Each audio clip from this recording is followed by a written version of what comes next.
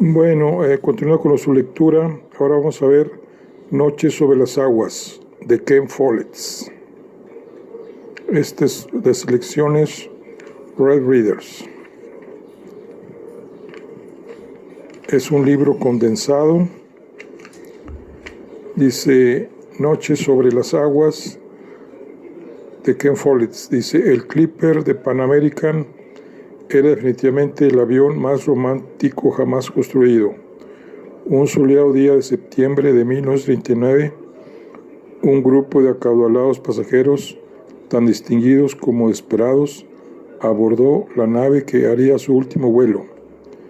Luego de haberse declarado la guerra, cada uno de ellos tenía una razón apremiante para abandonar Inglaterra lo antes posible. El vuelo en el Clipper solo tomaría 30 horas hasta Nueva York, con todo el lujo imaginable, pero pese a la abundancia de champaña y caviar, un sinnúmero de inesperados peligros les aguardaba en aquel cielo nocturno. El autor de El ojo de la aguja nos ofrece aquí un libro lleno de suspenso. Bueno, vamos a ver Noche sobre las aguas, de Ken Follett. La riqueza, la guerra y la desesperación han unido los caminos de un traidor, un aristócrata, un asesino, un científico y un ladrón. Ellos huyen por salvar o dejar atrás su vida con la esperanza de que al cruzar el Atlántico en el suntuoso Clipper de Pan Am quedarán a salvo de la tormenta que se cierne sobre Europa. Pero en esta nave, en los locos, nadie puede escapar de un mundo en guerra, como tampoco del pasado. 1. Inglaterra, capítulo 1. Era el avión más romántico que jamás hubiera sido construido. De pie en el muelle de Southampton a las 12:30 del mismo día en que se declaró la guerra, Tom Luther escuadriñaba el cielo en espera de aquel avión y con el corazón lleno de ansiedad y de temor. Tarareaba en voz baja una y otra vez algunos compases del primer movimiento del concierto Emperador de Beethoven, una melodía viva y de corte marcial que resultaba muy acorde con el momento. Lo rodeaba una multitud de turistas, entre los que había amantes de los aviones que llevaban binoculares, niños y gente curiosa. Luther pensó que aquella sería la 9ª vez que el Clipper de Pan American acuatizaría en Southampton Water, pero aún no perdía su carácter novedoso. El avión era en verdad tan espectacular, tan encantador, que la gente se volcaba para verlo, incluso en ese día en que su patria había entrado en guerra. Luther era estadounidense y esperaba que su país no participara en el conflicto. No era asunto de ellos. Además, había algo que podía decirse en favor de los nazis. Detestaban a los comunistas. Como empresario, fabricante de telas de lana, Luther en una ocasión había tenido muchos problemas con los rojos en sus fábricas de hilados y tejidos. Casi lo arruinaron. Fue entonces cuando conoció a Ray Patriarca y su vida cambió. La gente de Patriarca sabía cómo tratar a los comunistas. Ocurrieron algunos accidentes. A un pendenciero le quedó prensada la mano en un telar. Un reclutador del sindicato murió atropellado y el culpable escapó. Bastó con unas cuantas semanas después, todo volvió a la calma. Patriarca, al igual que Hitler, sabía que la manera de tratar con los comunistas era aplastarlos como cucarachas.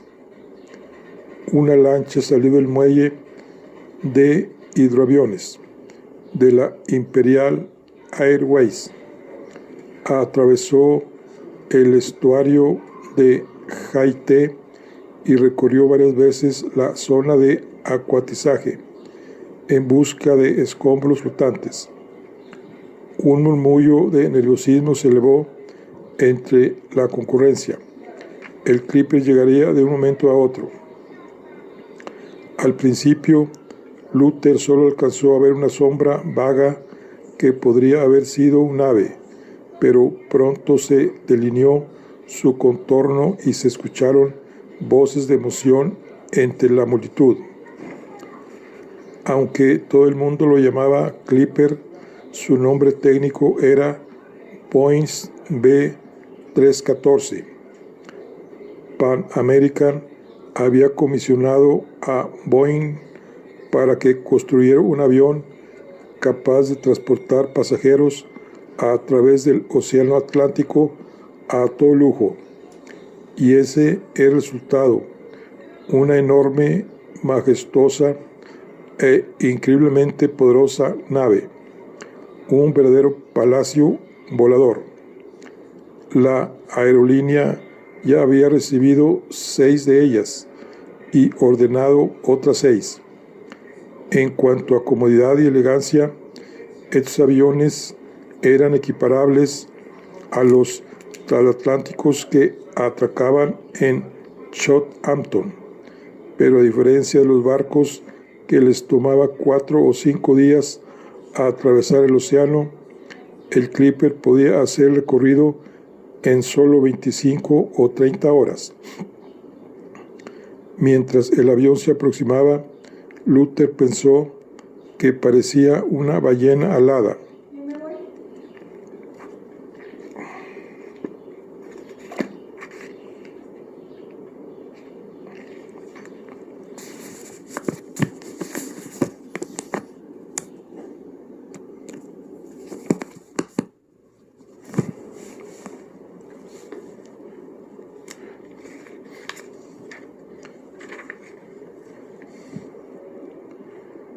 La aeronave tenía una enorme nariz roma, como de cetáceo, un voluminoso fuselaje y una parte posterior ahusada que culminaba con 2 aletas montadas en la parte más alta de la cola. Los 4 inmensos motores se hallaban en el interior de las alas, debajo de las cuales había un par de flotadores, cortos y gruesos, que servían para estabilizar la nave cuando se encontraba en el agua.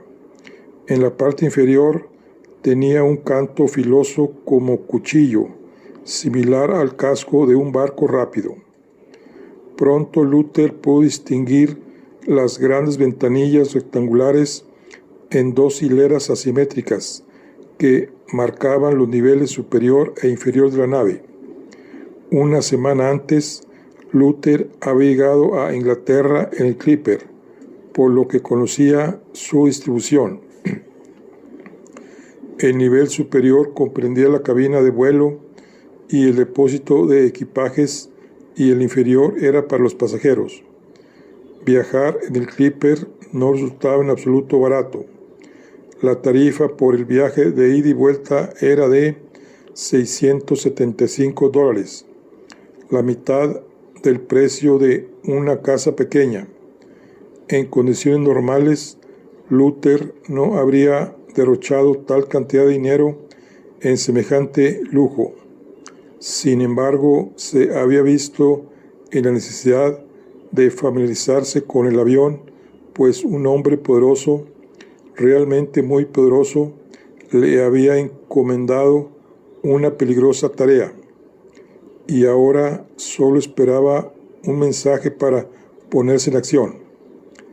El avión descendió haciendo un ángulo con la cola más abajo que la nariz. Y una vez más, Luther quedó impresionado cuando vio el tamaño de la nave.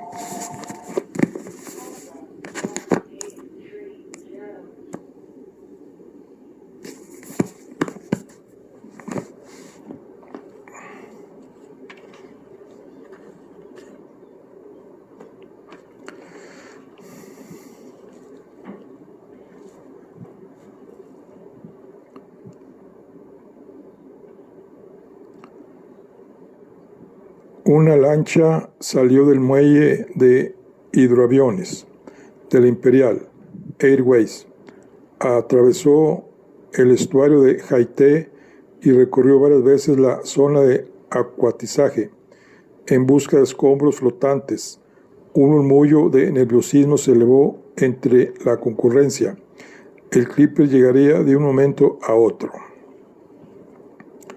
El avión descendió haciendo un ángulo con la cola más abajo que la nariz, y una vez más Luther quedó impresionado cuando vio el tamaño de la nave. Era inmensa. Por un momento parecía como si el avión no volara, sino que caía y que iba a estrellarse contra el mar como una piedra, para después hundirse hasta el fondo. Pero entonces pareció quedar suspendido en el aire, apenas por encima de la superficie, hasta que al fin tocó el agua y empezó a chocar contra las crestas de las olas como una piedra plana lanzada para que roce la superficie del agua, al tiempo que producía pequeñas explosiones de espuma. Un instante después, el casco se hundió en el agua. Una vez equilibrado, el avión bajó la nariz, disminuyó la velocidad y empezó a navegar por el mar, como un barco, con tal tranquilidad que parecía imposible que alguna vez hubiera osado tocar el cielo. Tom Luther dio media vuelta y se detuvo. Junto a él se hallaba un hombre aproximadamente de su misma estatura, que vestía un traje gris oscuro y llevaba un bombín. Tenía unos brillantes ojos azules y su boca era de labios delgados y gesto cruel. Su aspecto resultaba atractivo y peligroso a la vez. «Tengo un mensaje para usted», le dijo. «Bien, adelante», respondió Luther. «El hombre por el que está usted tan interesado tomará este avión el miércoles». Luther asintió sombrío, de manera que seguía en pie el trabajo que le había encargado. «Gracias», repuso. «No lo decepcione. Dígales que no se preocupen. Ese hombre podrá salir de Southampton, pero no llegará a Nueva York».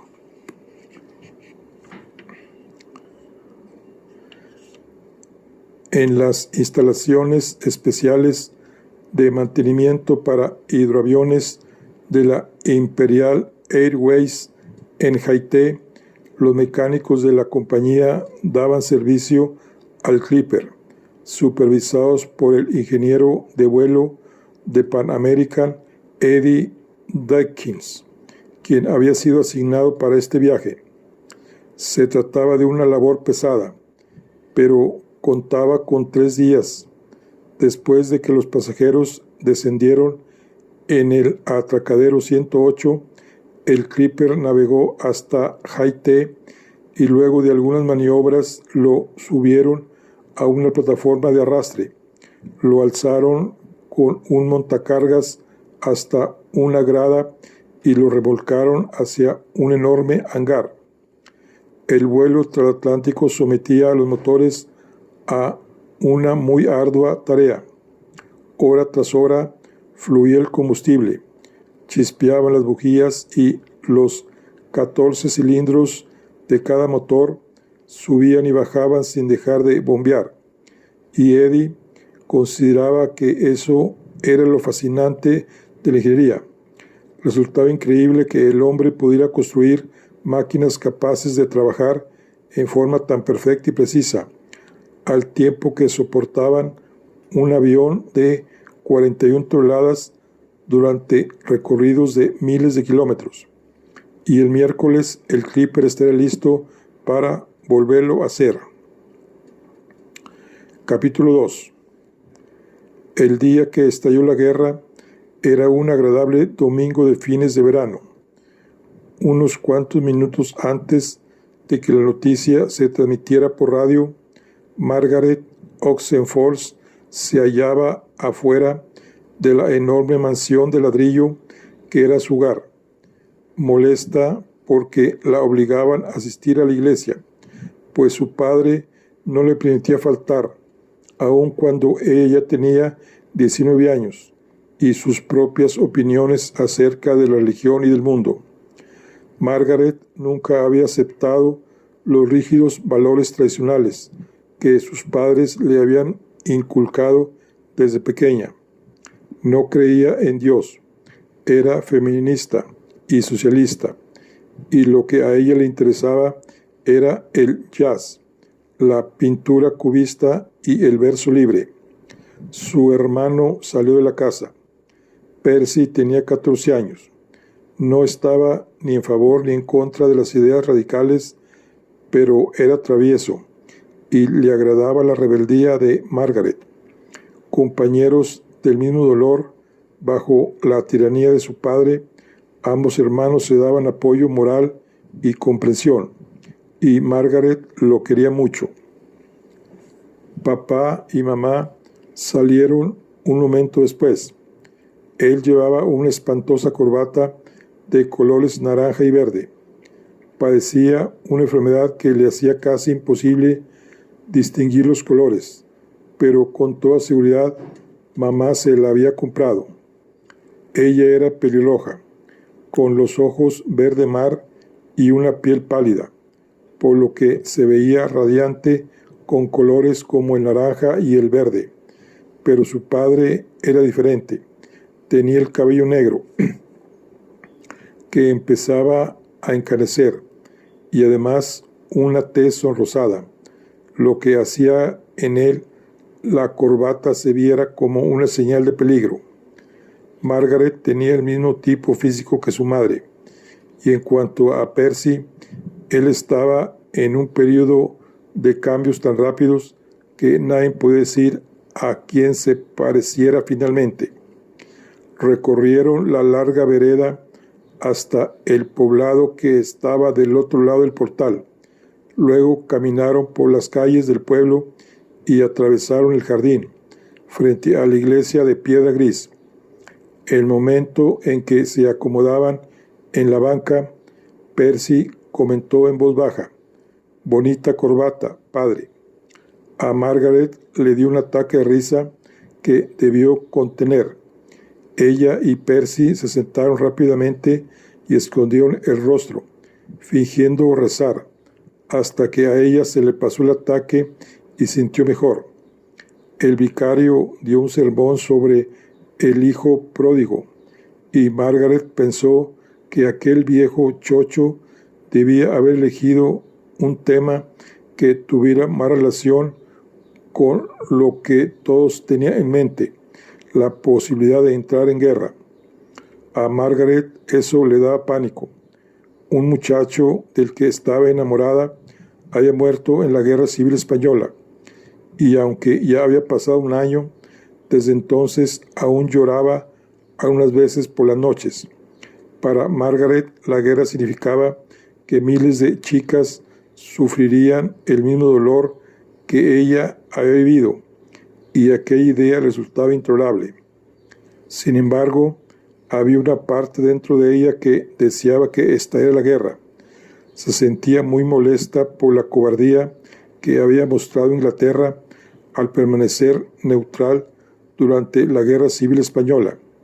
Pero si ahora Gran Bretaña se lanzaba contra los fascistas, podría volver a sentirse orgullosa de su país. Además, había otro motivo por el que su corazón se aceleraba ante la perspectiva de una guerra. De seguro significaría el fin de la vida limitada y sofocante que llevaba con sus padres. aquellos rituales inmutables y su absurdo entorno social la hacían sentir aburrida y frustrada. Anhelaba escapar, pero eso parecía imposible. Era menor de edad y no tenía dinero. Nunca había asistido al colegio, sino que le habían dado una educación impartida por niñeras y tutores, por lo que no tenía preparación para ningún tipo de trabajo. Pero todo sería distinto al comenzar la guerra. Margaret soñaba con alistarse como voluntaria en el Servicio Territorial Auxiliar, el Ejército de Mujeres. Una de sus pocas habilidades prácticas era que sabía conducir.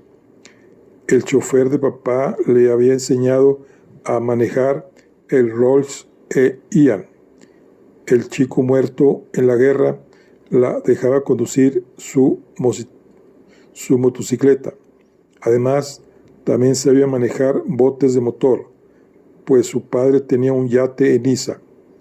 El Servicio Territorial Auxiliar necesitaba conductores de ambulancias y mensajeras. Ya se podía imaginar vestida de uniforme, con un casco y montada en una motocicleta, llevando informes urgentes de un campo de batalla a otro, a gran velocidad. Ella se sentía capaz de actuar con toda valentía, si le daban la oportunidad. No fue sino hasta más tarde cuando se enteraron de que la guerra había sido declarada precisamente mientras ellos se hallaban en misa, por lo que la familia Oxenfors caminó de regreso a casa desde la iglesia sin saber que la lucha contra Alemania había comenzado. Todos sabían manejar las armas. Era un pasatiempo familiar, casi una obsesión, y Percy quería ir a disparar a los conejos, pero por supuesto papá se lo prohibió. No estaba permitido hacerlo en domingo. Al llegar a casa, le sorprendió encontrar a una doncella descalza, quien regaba las flores del recibidor. Papá no la reconoció. «¿Quién eres?», le preguntó abruptamente. «Se llama Jenkins», respondió mamá, con su suave acento estadounidense. «No la habías visto porque apenas comenzó a trabajar con nosotros esta semana». «¿Y dónde diablos están sus zapatos?», inquirió él. La chica hizo una reverencia y después dirigió una mirada acusadora a Percy. «Disculpe, su señoría, fue culpa del joven Lord Islay». El título de Percy era Conde de Islay. «Me dijo que las doncellas debían ir descalzas los domingos, en señal de respeto». Mamá suspiró y papá dio un gruñido de exasperación. Margaret no pudo evitar reírse. Era la travesura favorita de Percy: inventar reglas de la casa e indicárselas a los nuevos sirvientes. Era capaz de decir las cosas más ridículas con una absoluta seriedad. Como la familia tenía fama de excéntrica, la gente lo creía. Con frecuencia, Percy hacía reír a Margaret, pero en ese momento sintió pena por la doncella, quien se hallaba parada y descalza en el recibidor, sintiéndose como una tonta. «Ve a ponerte tus zapatos», dijo mamá. «Y nunca le creas a Lord Islay», añadió Margaret. Fueron a la sala de estar. «Lo que hiciste fue algo muy ruin», susurró Margaret, al tiempo que tiraba del cabello de Percy. Él solo sonrió. Era incorregible. Una vez le dijo al vicario que su padre había muerto de un ataque cardíaco, y todo el pueblo se puso de luto antes de descubrir que era mentira. Papá encendió el radio y fue entonces cuando se escucharon las noticias. Gran Bretaña había declarado la guerra a Alemania. Margaret sintió crecer en su pecho una especie de regocijo salvaje. ya podía paladear el sabor de libertad y además estaría en guerra contra los fascistas, los que habían matado al pobre Jan. Papá estaba furioso. Él había sido uno de los fundadores de la Unión Británica de Fascistas. En aquel entonces era un hombre distinto, más delgado, más guapo, que cautivaba a la gente. Escribió un libro, Mestizos, la amenaza de la contaminación racial, en el que hablaba de cómo se había iniciado la decadencia de la civilización a partir de que la gente blanca se mezcló con judíos, asiáticos y negros. También había sostenido correspondencia con Hitler, a quien consideraba el estadista más grande desde Napoleón. En aquella época, cada fin de semana se daban grandes fiestas en casa, a las que asistían políticos, a veces mandatarios extranjeros y en una ocasión memorable, el propio rey. Durante todo el tiempo que duró la depresión, él siempre estuvo en espera de que su patria lo llamara al rescate en los momentos más difíciles y le pidieran que aceptara el cargo de primer ministro, pero la llamada nunca llegó. Las fiestas de fin de semana se volvieron menos frecuentes y concurridas. Los invitados más distinguidos hallaron la forma de separarse públicamente de la Unión Británica de Fascistas, y papá se convirtió en un hombre lleno de amargura y desilusionado. Su encanto desapareció junto con su confianza, y su atractivo se marchitó por el sentimiento, el tedio y la bebida. En los últimos años, su ideología se había reducido a una sola y obsesiva idea: Gran Bretaña y Alemania debían aliarse contra la Unión Soviética, idea que sostenía pese a que los sucesos en Europa hacían ver su política cada vez más irreal. Ahora, al declararse la guerra entre Gran Bretaña y Alemania, sus esperanzas finalmente se desvanecían. Gran Bretaña y Alemania se destruirán mutuamente, y el mundo quedará en manos de los mestizos y los judíos, exclamó. ¿Y qué tienen de malo los judíos?, repuso Margaret. No tienen nada de malo, siempre que se queden en su sitio, que es bajo la bota de tu sistema fascista. Estuvo a punto de decir, de tu sistema asqueroso, pero se mordió la lengua para contener el insulto. Era peligroso irritar demasiado a su padre. Bates, el mayordomo, abrió la puerta y anunció: «El almuerzo está servido, milady». Salieron de la habitación y atravesaron el recibidor hasta llegar al comedor. Como todos los domingos, habría carne de res asada, pero mamá comería ensalada. Nunca comía alimentos cocidos, pues pensaba que el calor destruía sus propiedades nutritivas. Papá rezó en acción de gracias y se sentaron. Bates ofreció a mamá salmón ahumado. La comida ahumada en salmuera o conservada en cualquier otra forma sí era aceptable, según su teoría. Es claro que solo nos queda una cosa por hacer, comentó mamá, mientras se servía del plato que le ofrecían: ir a vivir a Estados Unidos hasta que termine esta tonta guerra. No, exclamó Margaret horrorizada. Bueno, creo que ya hemos tenido suficiente altercado por un día, dijo mamá. Por favor, permite que almorcemos en paz y armonía. Margaret estaba casi muda por la indignación. Quería insultarlos, acusarlos de traidores y cobardes, pero las palabras se le quedaron atoradas en la boca y solo alcanzó a decir: no es justo. Si no puedes mantener la boca cerrada, será mejor que te retires, exclamó su padre. Margaret se cubrió la boca con la servilleta para ahogar un sollozo. Retiró su silla, se levantó y salió del comedor.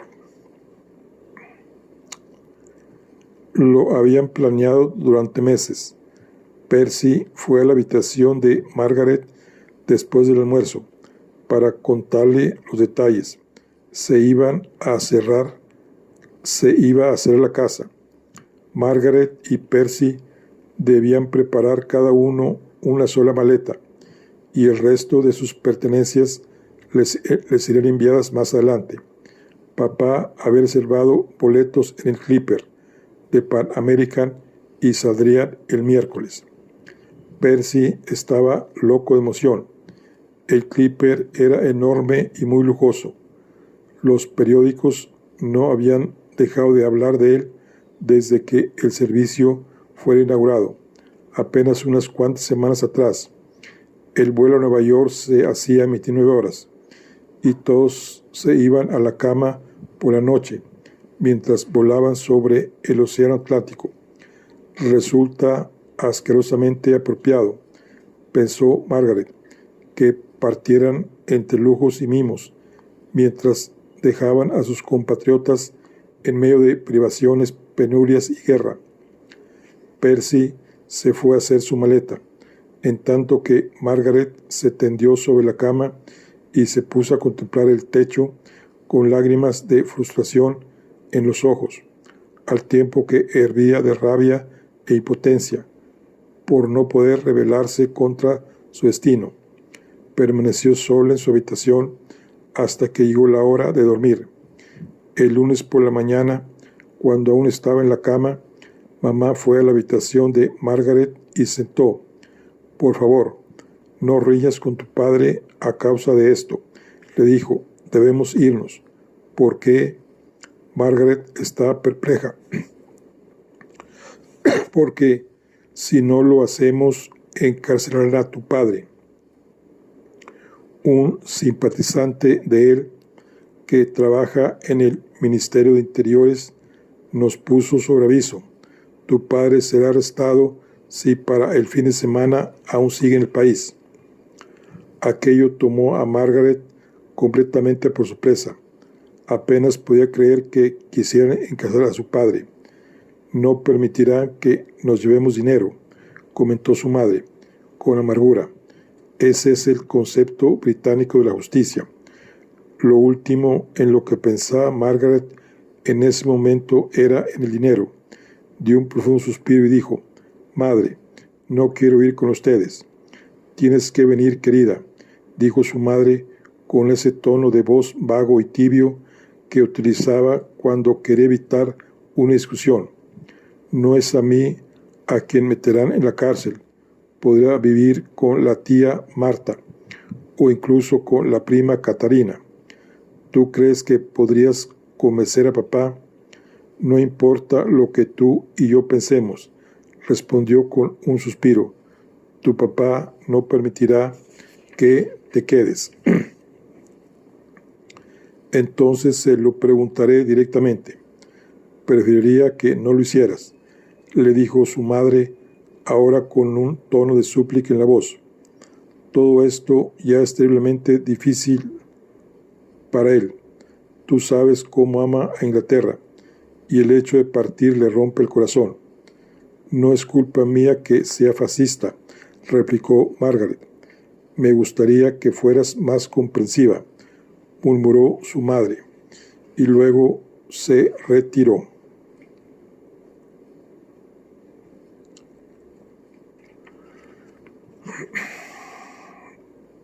Margaret se sintió al mismo tiempo culpable e indignada. Era tan injusto. Su padre siempre se había burlado de sus ideas, y cuando los acontecimientos demostraban que él era el que estaba equivocado, le pedían que lo comprendiera. El martes, cuando su madre se dio cuenta de que Margaret no iba a preparar la maleta, ordenó a Jenkins, la nueva doncella, que lo hiciera. Por supuesto, Ella no sabía qué era lo que debía guardar, por lo que Margaret tuvo que ayudarla, de manera que al final mamá se salió con la suya, como casi siempre lo hacía. «Qué mala suerte la tuya que hayamos decidido cerrar la casa», dijo Margaret a la chica. «¿Qué vas a hacer ahora?» «Me voy a unir al Servicio Territorial Auxiliar». «Dichosa tú», exclamó Margaret abatida. «¿Qué opina tu papá de que te alistes?» «No se lo voy a decir. Simplemente lo haré. Tengo 18 años. Una vez que firmas, ya no hay marcha atrás. Y si eres lo bastante mayor, no hay nada que tus padres puedan hacer». «¿Estás segura?», preguntó Margaret sorprendida. «Claro, todo el mundo lo sabe». Jenkins llevó la maleta al recibidor. Saldrían muy temprano, el miércoles por la mañana. Al mirar las valijas alineadas, Margaret se dio cuenta de que no hacía algo más que enfufurruñarse. Sin duda pasaría la guerra en Connecticut, por lo que, pese a la petición de su madre de que no causara problemas, tenía que enfrentarse a su padre. El solo pensarlo la ponía a temblar. Papá se enfurecía cuando alguien lo contrariaba, y sus arranques de ira eran terribles. ¿Qué haría cuando le dijera que deseaba quedarse en Inglaterra para luchar contra los nazis? En el momento en que se hallaba frente a la puerta del estudio de su padre, sin poder dejar de temblar, escuchó que el ama de llaves estaba en el recibidor. Al verla, Margaret tuvo una idea. Le pediría dinero prestado a la señora Allen. Dejaría la casa en ese mismo momento. Tomaría el tren de las 4:55 a Londres. Pasaría la noche en el departamento de su prima Catarina y se uniría al servicio territorial auxiliar a primera hora de la mañana siguiente. Cuando su padre la alcanzara, ya sería demasiado tarde. El plan era tan sencillo y osado que casi no creía que fuera posible llevarlo a cabo. Pero antes de que pudiera pensarlo dos veces, se escuchó a sí misma decir: «Ah, señor Allen, ¿podría usted prestarme un poco de dinero?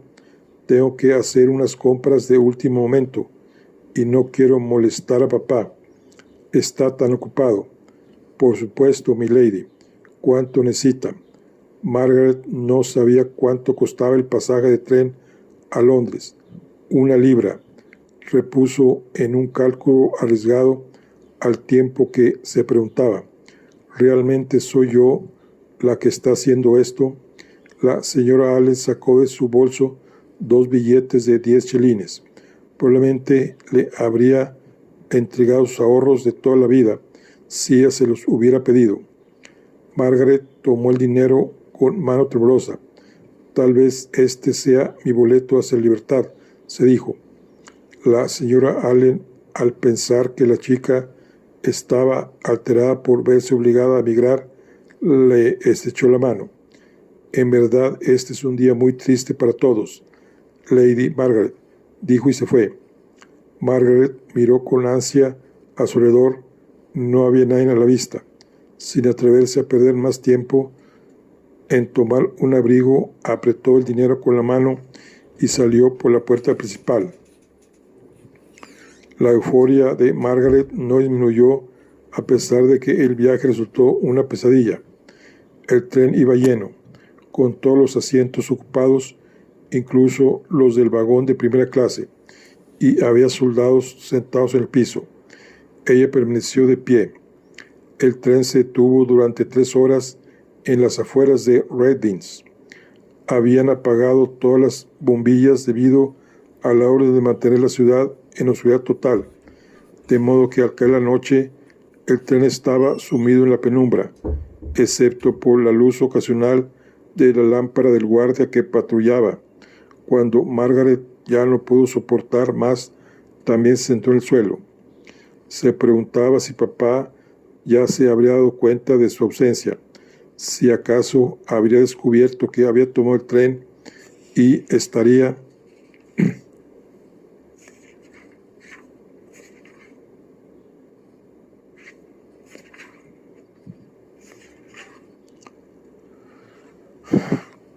conduciendo a toda velocidad hacia Londres, para interceptarla en la estación de Paddington.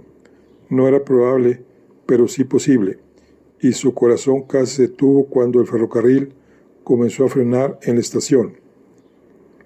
Sin embargo, cuando al fin pudo bajar el tren y no vio a su padre por ningún sitio, otro estremecimiento de triunfo le invadió el corazón. Después de todo, él no era omnipotente. Logró encontrar un taxi que, con solo las luces laterales encendidas, la llevó al departamento de Katarina en Bayswater. Las ventanas del edificio habían sido tapadas, pero en el vestíbulo se veía un resplandor. El portero ya se había retirado, era casi medianoche, pero Margaret conocía el camino hacia el departamento de su prima. Subió las escaleras y tocó el timbre. No hubo respuesta. Se sintió descorazonada. Katarine no estaba. No se sorprendió. Su prima vivía en Kent y utilizaba poco el departamento, y dado que la vida social en Londres se había paralizado, no había razón para que estuviera ahí. Aunque Margaret estaba desilusionada, su determinación no flaqueó. Se puso a pensar. Tenía varios parientes en Londres, pero si acudía a ellos, llamaría a su padre. Si bien Katarina sí se hubiera prestado a ayudarla con gusto, Margaret no confiaba en los otros parientes, así que tomaría una habitación en un hotel y diría que enviarían la cuenta al abogado de papá. Dio un profundo suspiro, volvió a bajar la escalera, salió a la calle y a la oscuridad total. El apagón resultaba verdadero pavoroso.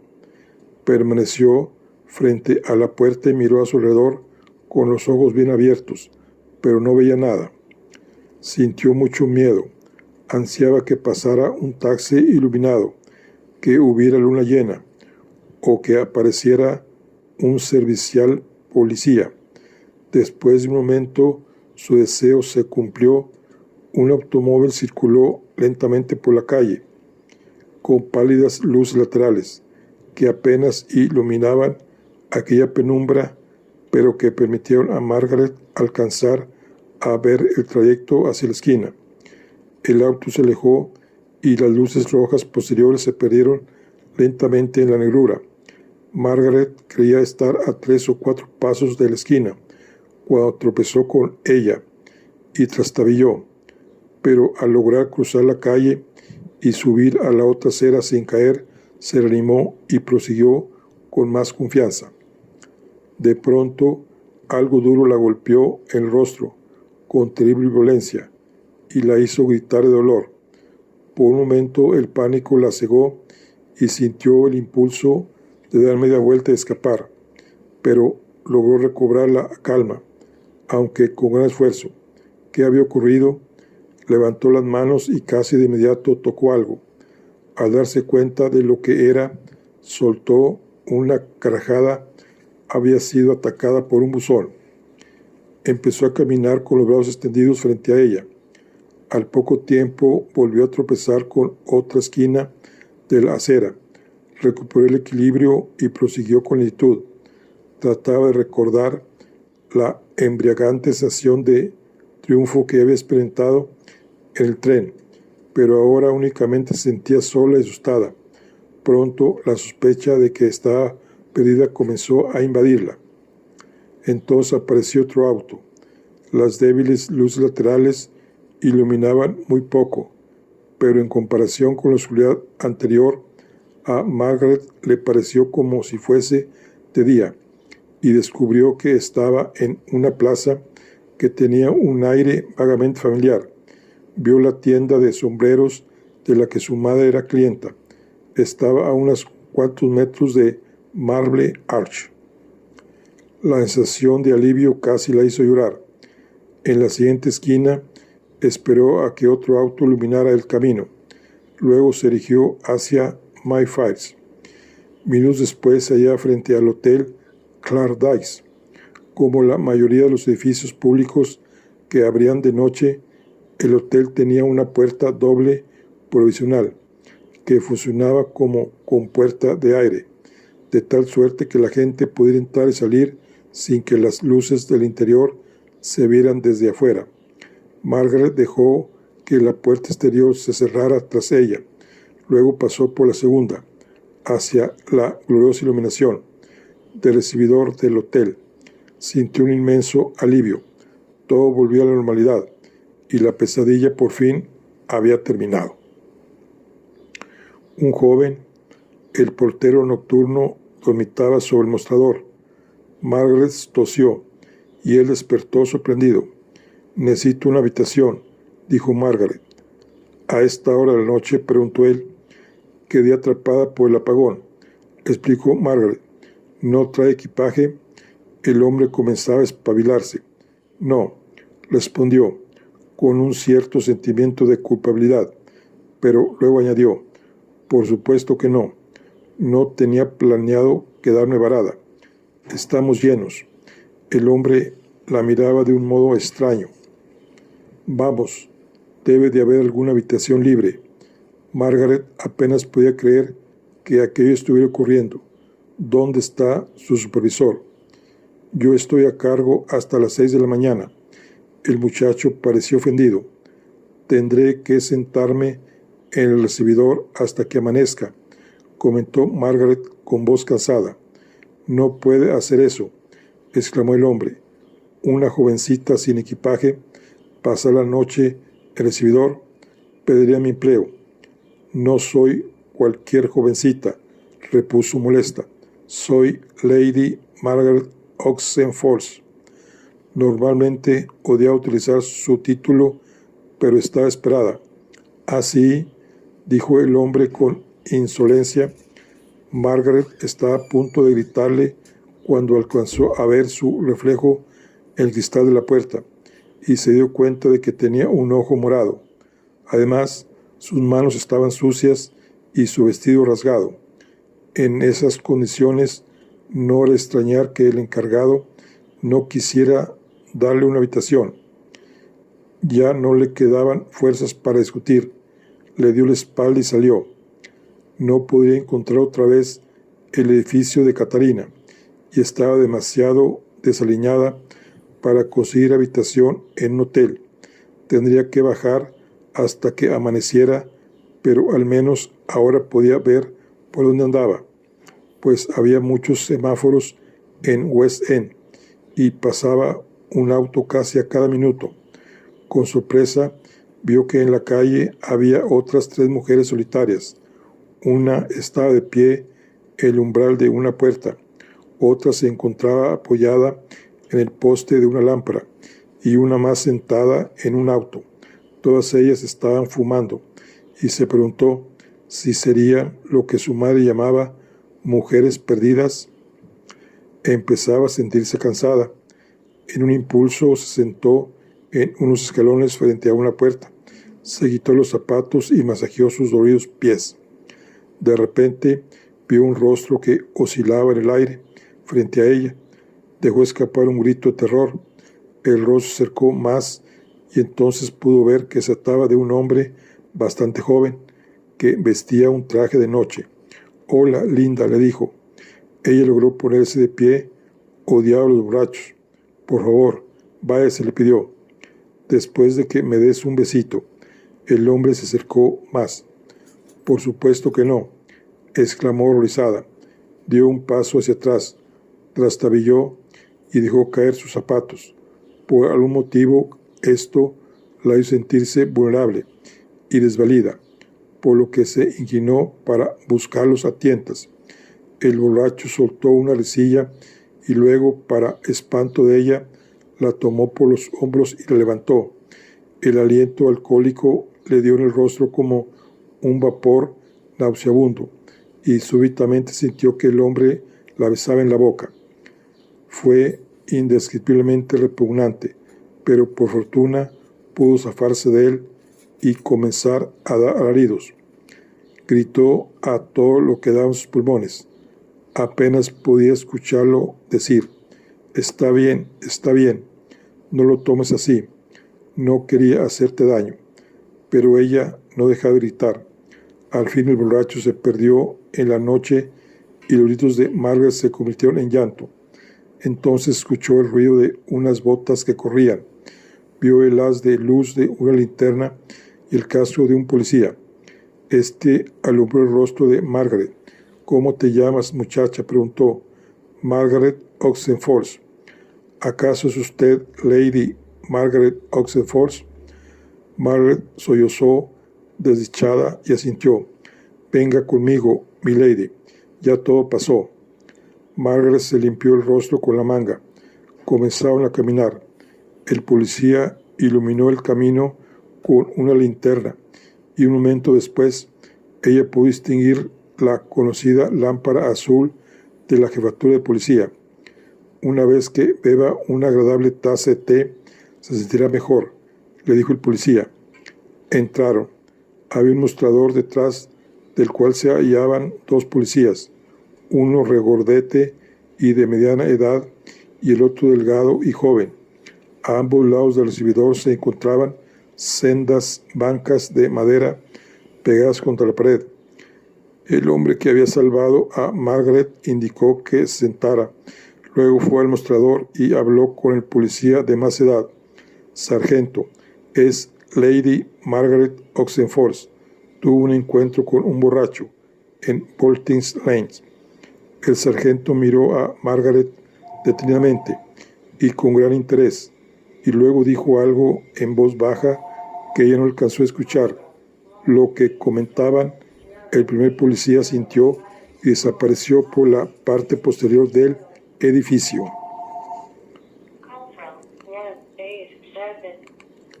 Bueno, ¿qué pasó, mi chavo? ¡Qué milagro! Muy bien.